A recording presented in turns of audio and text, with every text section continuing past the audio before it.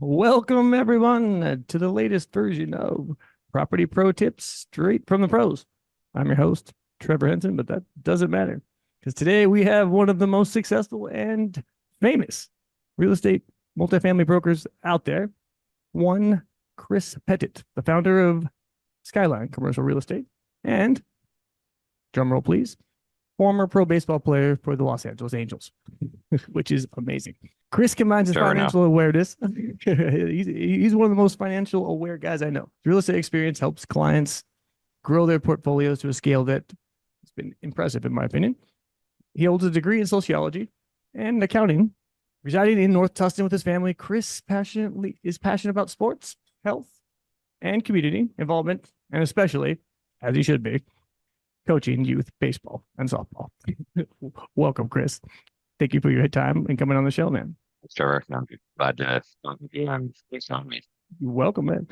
First question I have to know, pro baseball to multifamily real estate. What's the story? I transitioned, but maybe not as much to playing sports and brokerages.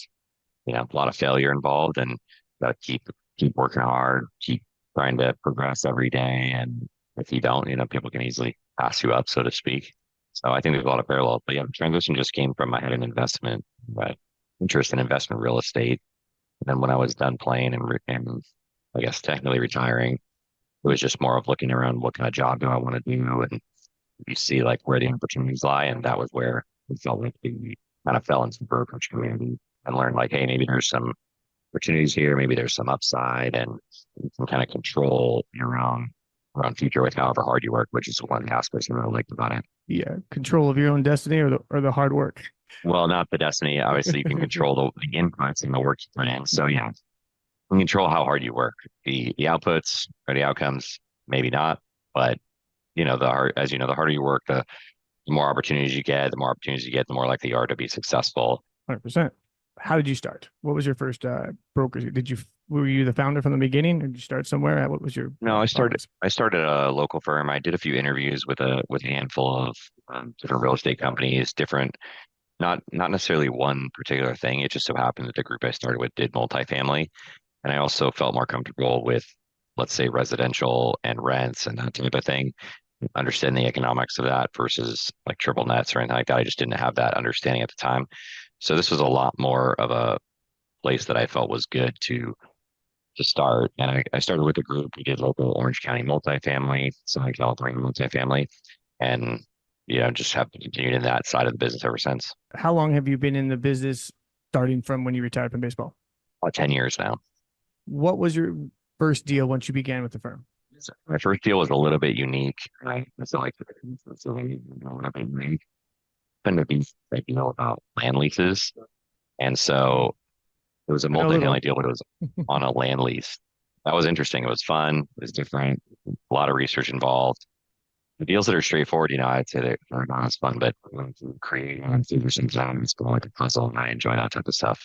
Tell us a little bit about a multifamily on a land lease. That I can almost explain it, but for those who don't know what the heck you're talking about, because that most people, tell us what the complexity that looks like. Well, the complexity is you have multiple layers, right? You have the owner of the land and you have the owner of the building, per se, lessor and lessee.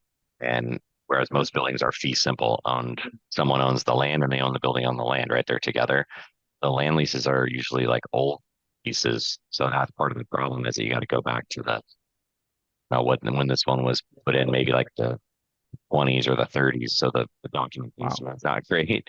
But yeah, like getting in Handwritten. there, and yeah, well, it kind of looks like that. Some stuff is just not recorded that well at the city, and then you're figuring out, all right, who really owns what piece of property, and what's that worth? Because if they're not together, the land has a value and the building has a value. They're a little bit different. How do you package them together? I didn't package them together in this scenario. I sold the land with the pieces underneath the Oh, buildings. So that was the seller was representing the seller of the land. Buildings on top of it. Eventually they would come back. Didn't really put them together. I guess there's a couple that ended up being put together down the road, but that was just a matter of that's again a negotiation between the building owner and the owner of the land. So you sell the land lease to one person and the building to another, more or The less. owner of the building just stayed the same at that point. It just sold like Just the land land lease. underneath the building per se. And then there was some rent coming in from the building. It's just you're not dealing with all the tenants, you're dealing with the other landlord. It's like a layer in between, which is a little Right. bit funky. It is. Those are very unique deals. I'm familiar with it, but they're rare, and that's awesome. That was your first. The what was your most significant deal, Chris? I know you've had tons of them, but what was like the one? I don't know. I mean, there's a lot of similar ones, I would say. I think there's been a few different ones. I guess the most significant one was working with a group, a private group selling to a REIT, larger building, customers, and 84 units. That was a good one. 84, Those are always 84, you said? things. Yeah. And I mean, most of our focus or my focus per se would be on the stuff more like 5 to 40 units, helping private owners. I think that's more important. Whereas you're dealing with the REITs and they have their numbers and sometimes you're just order taking, which is fine too, but you're not helping as much, I would say. So yeah, that was good. I mean, it was a good experience to go with them and enjoyable as well. What what made it different between the REIT sale and say a private owner? Private owners, like I said, you're helping out. You can help a lot more. You can assist. You Right. can add value. Help them. And hey, maybe you should operate it like this. The REITs are very professional, do their thing, kind of come in and run the show a bit, which is also nice, right? Like, and then it's just a little more driven on very specific on the numbers are super important down to a T. Which I understand I'm a numbers guy, so that's one thing I did like about that. It's like, well, this is how we get to this number, and that's how we're gonna underwrite it, and I can appreciate that as well. So there's like positives to both sides. Awesome. So they sound like one's emotions, a little more emotional driven, versus the just straight number crunching on one side, on the other with Yeah, logic. maybe a little bit, but that's the part I like about all the commercial real estate is that it's less emotional, like versus somebody going into residential, you're gonna Mm, buying a house is a lot more emotional. So that's just an unemotional investment driven aspect. And looking at the numbers, how does this work? How can you make money on this building? And there's different ways to make money on buildings, right? So that's the part that I get into is how do you make money on this property? Might not be the same way you make money on another property. that's interesting. What do you think in your opinion, what are the three biggest levers you can pull to make a multifamily property run better? Well, I think For, you have operational leverage. Obviously, you guys in the management business, some people are managing individually. I always recommend people hire a professional property manager. Just makes it, we're going to be running smoother, a lot more liability collection. So improving operations along with increasing rents. I know they're kind of one and the same. And then also just positioning for equity growth and whenever you get to that point where it makes sense to sell or makes sense to refi and pull money out. So those are the ways, and the market is always changing. So you've got to figure out where to fit in at the right time and always be positioning yourself to be active, I would say. absolutely. And Chris, you're a broker. Are you also an investor yourself? Yeah, I also have a few projects. I would say more like online projects, and I'm always open. I mean, I do believe in the product. If I could buy more deals, I would. Yeah, But when we all. at the same time, yeah, I mean, I think it's nice to be partnered in projects that you see as good projects, and always try to. I'm more of a like, let's accumulate a little bit of real estate here and there, and be able to own down the road where they're gonna have appreciated. They're gonna be putting off more cash flow. I'm not in it for cash flow today. I'm in it for cash flow down the road. Got it. And why do you, now that you've been in the business for 15 years and you're still focused on multifamily, I believe, why multifamily? If for someone trying to just get into the business, why multifamily over retail, commercial space, industrial, in your opinion? Someone as like an investor or Investor. yeah, I don't try to. There's multiple ways you can invest in all types of things, right? I think multifamily might be a little bit of an easier understanding for investors at a beginning level. Mm. On a very simple basis, you understand that you buy a property, you rent it to somebody, they pay you rent, you pay your bills, and the rest is what you make, right? With with loans involved, and there's obviously you can get deeper into that, but the simplest basis, there's that. Going into an industrial property maybe is a little bit different and not as understanding, but a multifamily, everybody needs a place to live. Not everybody needs a place to, like an industrial storage facility. I mean, maybe you could argue everyone needs storage. Maybe that's the case these days, but I just see it as, from a simple basis, everybody needs a place to live, and we know in Southern California we're undersupplied. So from that basis, it's just very straightforward. And the returns that's why the returns are probably not as good as other products, right? Depends, right? Right, of Yeah, course. But right. purely like a cap rate, or like today's cap rates are not, multifamilies on the lower end of the spectrum, Mhm. which is obviously a look at the risk spectrum and how the market quantifies the risk. So they're on the lower end of the cap rate spectrum, just given the lack of the just amount of risk for that investment. Right. And we're at the stalemate of the market sitting here at the with the Fed not moving things, and it just kind of locked up our market work in our industry, right? Correct. And so it's Mm. just kind of where the it was office that was like everyone was looking at it as like, oh, that's the lost leader, and now we're things are switching, but there's always a deal to be made, correct? Yeah, maybe not right this second, but no, there are always a deal to be made. Everybody there's times where people need to sell or want to sell, or life experiences that happen. Mm, Those are the sellers that we're seeing today. As far as just purely I'm selling for price, that's not in the market right now, and which is fine. That's the life cycle of real estate and the apartment market. what do you think is keeping buyers from listing, aside from the obvious interest rates, I guess? Saying keeping buyers from buying, or Or sorry, keeping sellers from listing. I mean, I think that's just, there's not a need. Rents are up. People are doing well. Mm, If you have a building in Southern California, you're probably doing well. You're not underwater. Most people are not over leveraged. Banks in the last cycle have not encouraged over leveraging, or not allowed over leveraging, let's say, for the most part. I mean, maybe there's a few people out there who have extended bridge loans, but I didn't mm, see that much of that. And so if you have any sort of conventional and you have a really good rate, probably still have a few years left on the term, and your rents are up. So your cash flow is great. So cash flow is great, price is down. I mean, what's the motivation to sell? true. Very true. Yeah. And So the and deal, you'll get to a point where you're not even close to underwater. So you're just going to hold until you get to a price, or you think rents will just continue to go up and continue to cash flow. that said, what does the market look like in your mind for the next like 2, 3 years? Are we at the bottom of this thing? Are we coming out of it? Are we going deeper? What do you think? Yeah, it's hard to say. Obviously, I don't have a crystal ball for it, No, but what it looks like is that we're going to at least be stagnant to probably trending downwards over the next, right now, I would say we're trending downwards. And I'm talking local Southern California markets, good quality markets.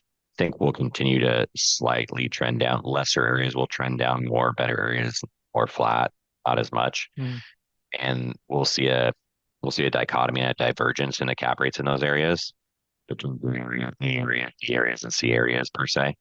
Then eventually we'll hit a slow, but I don't expect a sharp drop by any means. I think in a year or two we'll see people that have the loans that are becoming adjustable mm. will start to put a little bit of downward pressure on the market. Just don't know how much.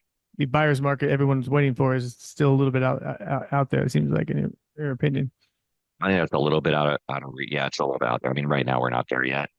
There are some people starting to dip their toe in the water a little bit more. A lot of people still on the sidelines, and now what we'll see is some good deals. And if you want to tick the bottom, or know that you'll tick the bottom, but somebody will.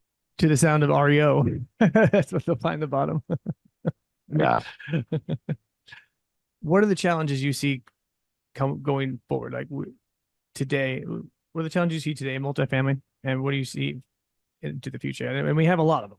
So, but just specifically, what do you see from just being on the front lines with buyers and sellers? I would say the transactional challenges are difference in real estate, and a separation between like the real estate cap rates and the interest rates on the mortgages. I don't think those are necessarily. I think it sounds like the Fed, as of yesterday, is going to start to pull them down a little bit, but slowly. Interesting. So that'll bring it down a little bit down, the interest rate. And then I think it's to come down, come down a little bit, which rates come up a little bit.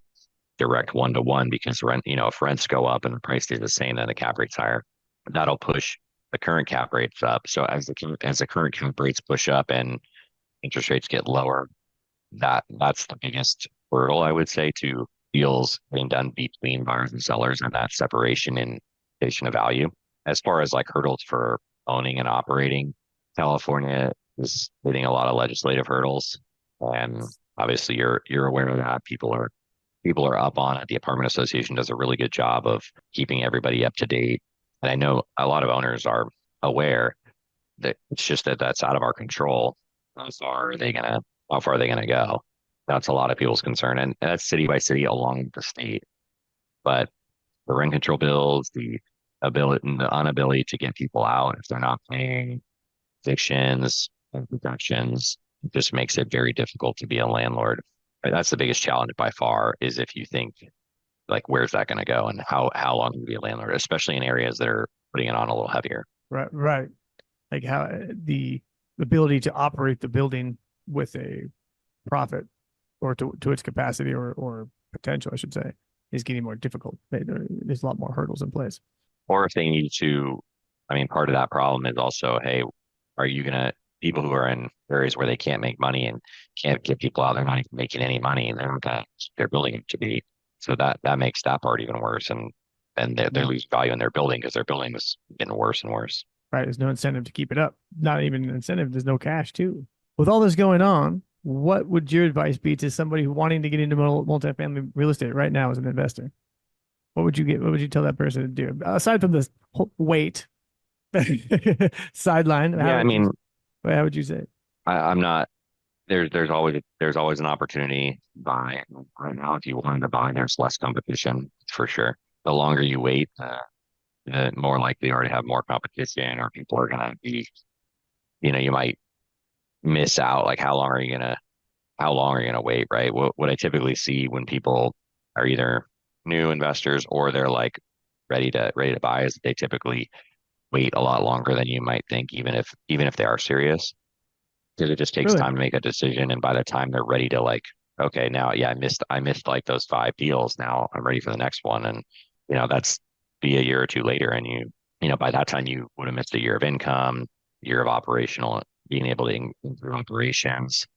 That's not like necessarily like, hey, you have to do it right now. But, if you're trying to get in the game for a long term play, then what difference is it for, you know, a couple $1,000 up or down, time and operations.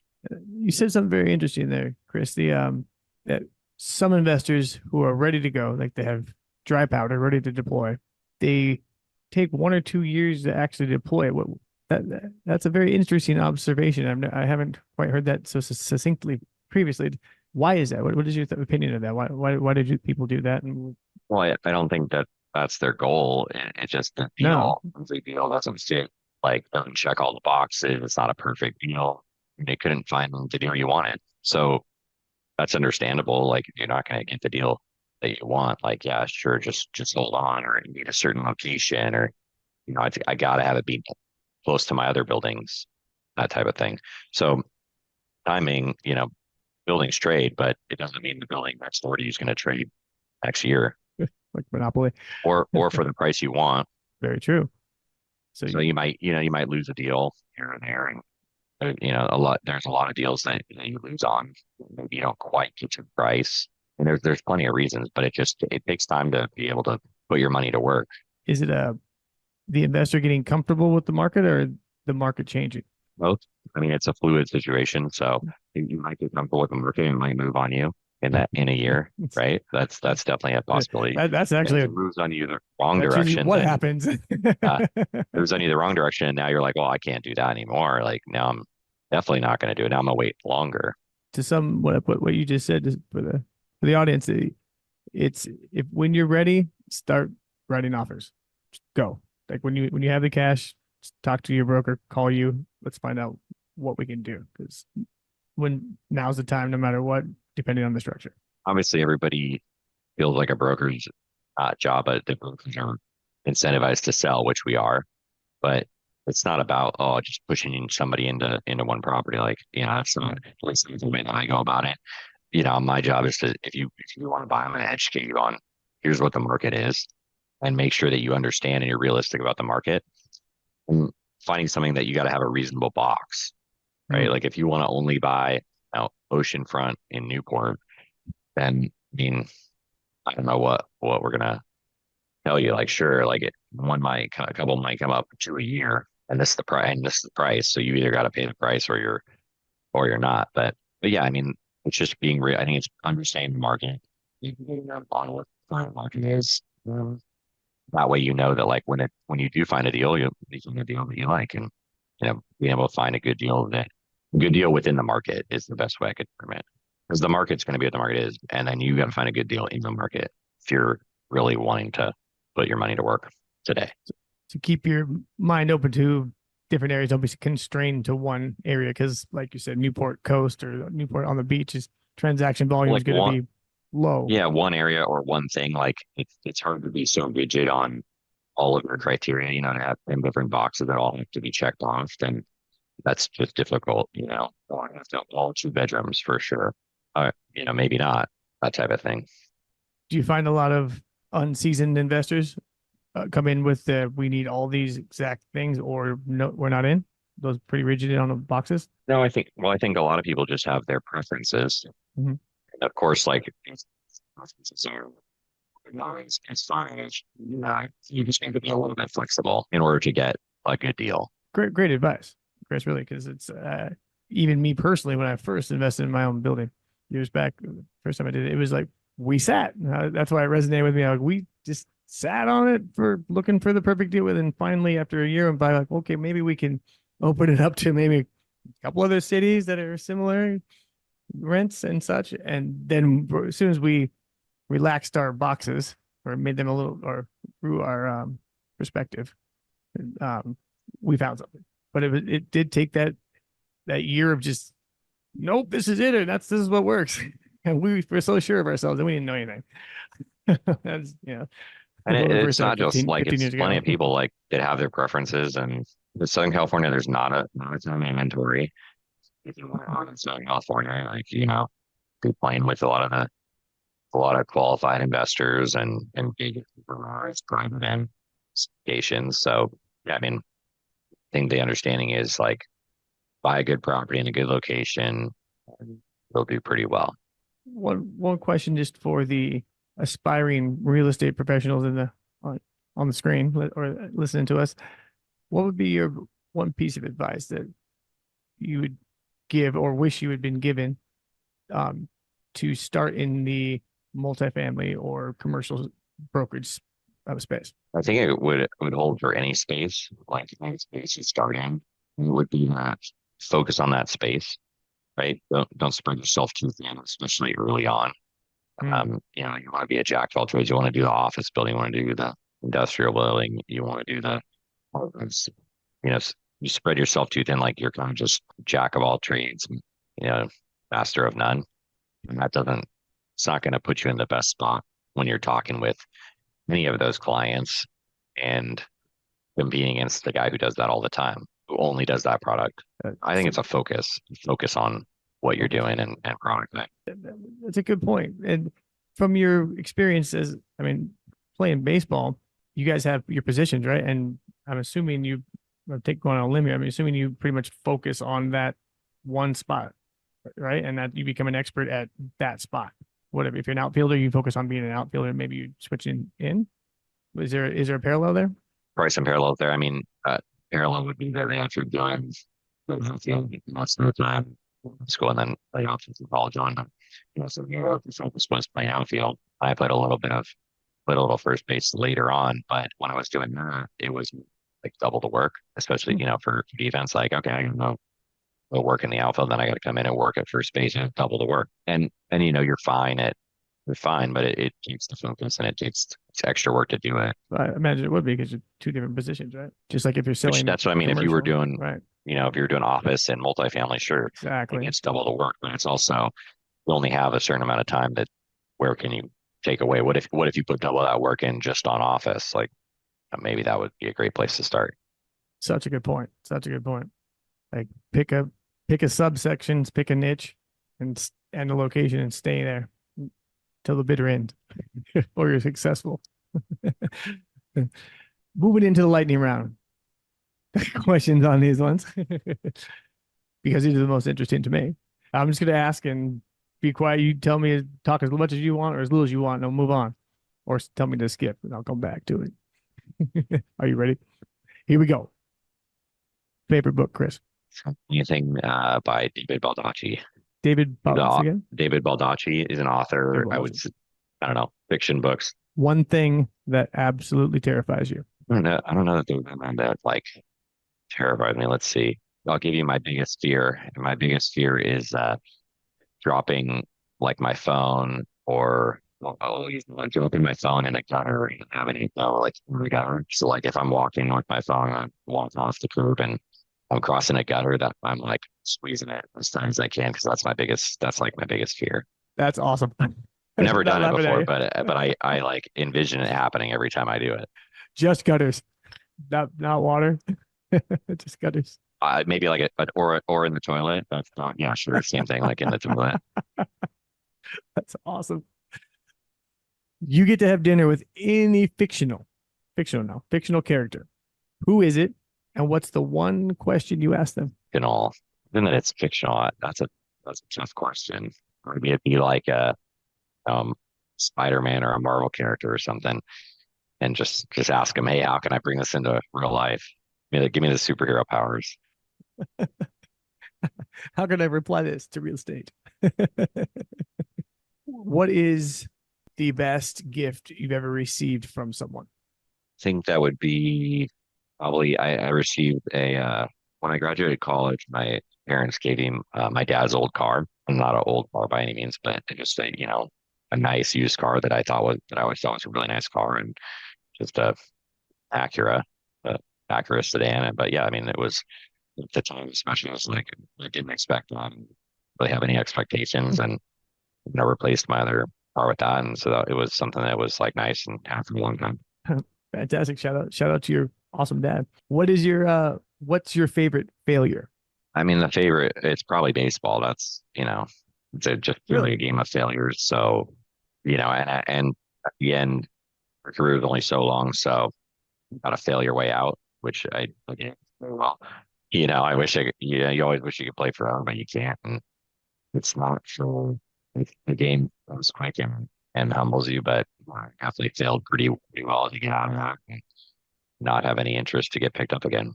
And gracefully into real estate you went, and well. So, what is one habit or set of habits that you employ either daily or weekly to set yourself up for success, to make sure you're successful? I know that it's a specific habit, but it's just trying to have consistency. Been trying more lately to just track my body and how my body might respond to stuff.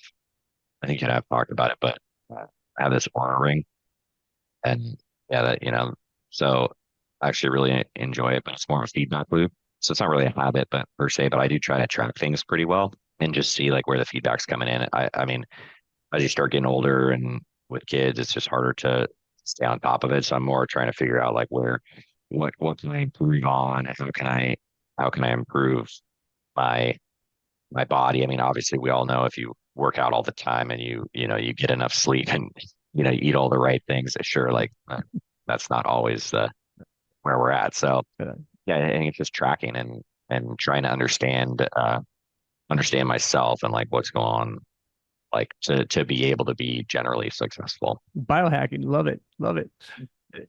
Last question, similar to the last one, but not quite the same.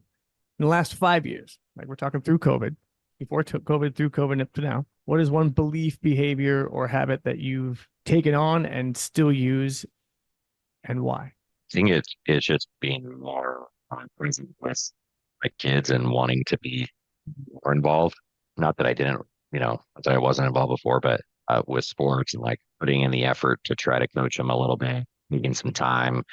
That does take time away from. That's part of the reason I wanted to get into this business was the flexibility that offers for when your kids are getting older. You can work this business at any time. So there's times to go coach the kids, and then I can go get back to the work I need to do and proposals I need to put together after that late at night. And so just trying to do more of like of that for them. It's probably the biggest thing that I've really like pushed a little bit harder on. Very self-aware and amazing answer, Chris. That is from one dad to another. That's beautiful, man. That's cool. That's, that is what we all struggle with, right? Family, work, sleep, friends somewhere maybe. Yeah, we're How do we balance? work life balance is like how do you Right. balance the whole thing? I mean, that's I definitely don't have the answers to that, but I'm working on it. If you find out, please do send me an email. I try my best. All right, Chris. Anything else you'd like to say to go on record with it? Is to if you wished you would known it when you started, or wish someone would have told you it before you started, what would it be?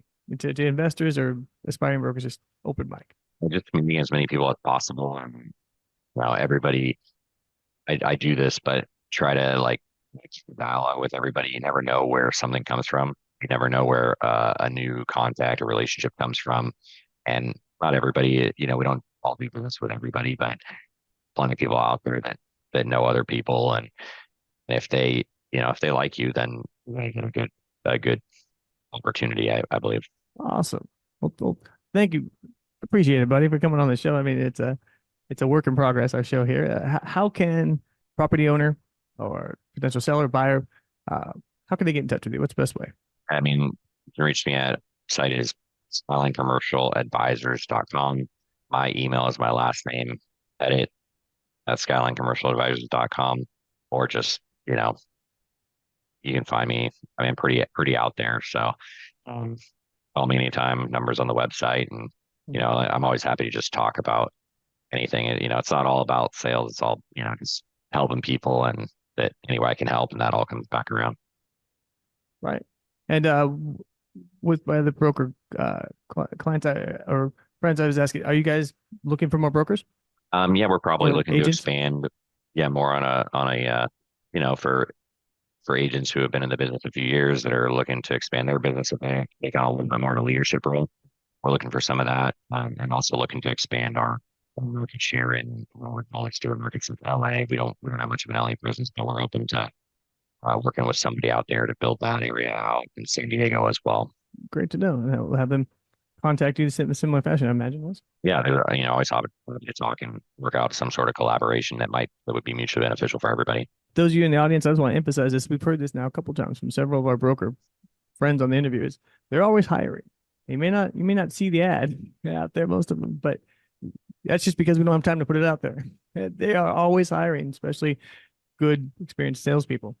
You always have a job. So give give Chris a call if you're looking for in one of the markets he spoke of in the LA market area, and you have some experience doing it.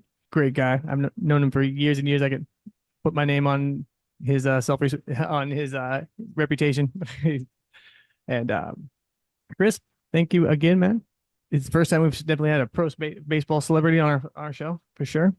That'd be the first one. I wouldn't call it a celebrity, but hey, you've been on live TV. I'm not fair. calling that celebrity. Right. That's all it takes, huh? I mean, right. I mean, the only other time is if let's be like in some kind of car chase or something. So otherwise, you're on live TV. Or you're a reporter, which you're not. You were playing live on TV. That's as good as it gets, in my book, anyway. Thank you. I appreciate you having me. It was fun to chat with you and just put a little bit of information out there. It's great. We appreciate it, and I know those watching do appreciate the insight because when I was first getting into this is the insight I could never find, and it was just hey, these people are real. You don't have to have been in it for 40 years to make any money because these the people's faces you saw on the billboards, right? And but I don't know that guy, so what do we do? You start calling up the guys in the middle like us that are looking that are hungry that will take your call. And appreciate your insight, Chris. And I will be in touch with you shortly. I know we talk all the time, so anytime you sounds good. Yeah, thanks again, Trevor.